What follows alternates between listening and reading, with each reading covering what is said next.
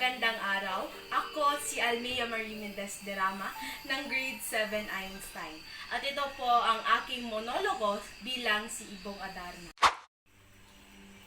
Ako'y isang inkantadong ibon, tinatawag na Ibong Adarna. Isa akong ibon, nagtataglay ng manghiwagang kapangyarihan na makapagpagaling ng anumang karamdaman sa sandaling marinig ang tinig at awit ko.